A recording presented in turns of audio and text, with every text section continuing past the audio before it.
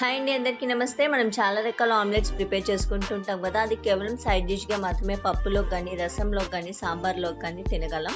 ఆ ఆమ్లెట్ని plain white రైస్లోకి mix చేసుకుని తిన్నామంటే నోటికి అసలు అంత రుచిగా ఉండదు. ఒక్కసారి ఆమ్లెట్ని ఇలా ప్రిపేర్ చేసుకుని చూడండి. రైస్ మొత్తాన్ని కేవలం ఒక్క ఆమ్లెట్తోనే ఖాళీ చేసేవచ్చు. ఆమ్లెట్ ప్రిపేర్ చేసుకోవడం కోసం ఒక మిక్సింగ్ బౌల్ తీసుకుని అందులోకి 2 eggs బ్రేక్ చేసుకుని యాడ్ చేసుకుందాం. స్పూన్ హెల్ప్తో కానీ విస్కర్తో కానీ బాగా బీట్ చేసుకోవాలి. బీట్ చేసుకోవడం వల్ల ఎగ్ అనేది ఫ్లఫీగా వస్తుంది. ఇప్పుడు ఇందులోకి 1/2 table spoon salt, 1/2 table spoon కారం, 1/2 table spoon garam masala add చేసుకుందాం. యాడ్ చేసుకున్న తర్వాత ఇవన్నీ బాగా మిక్స్ చేసుకోవాలి.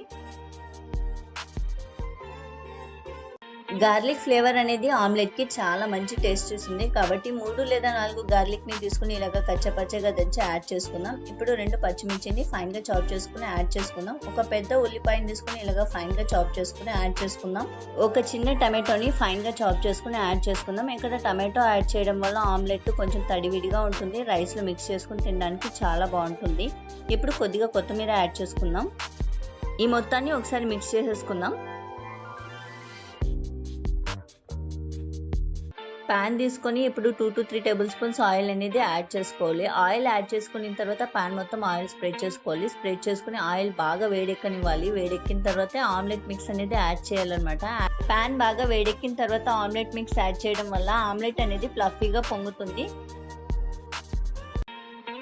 ఈ ఆమ్లెట్ని బోత్ సైడ్స్ మీడియం ఫ్లేమ్ మీద బాగా కాలనిద్దాం.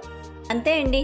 కర్రీ ప్రిపేర్ చేయడానికి టైం లేనప్పుడు, నోటికి స్పైసీగా తినాలనిపించినప్పుడు ఇలాంటి ఒక ఆమ్లెట్ ప్రిపేర్ చేసుకున్నాం అనుకో, అన్నం మొత్తాన్ని ఒక ఆమ్లెట్తోనే ఖాళీ చేసేవచ్చు.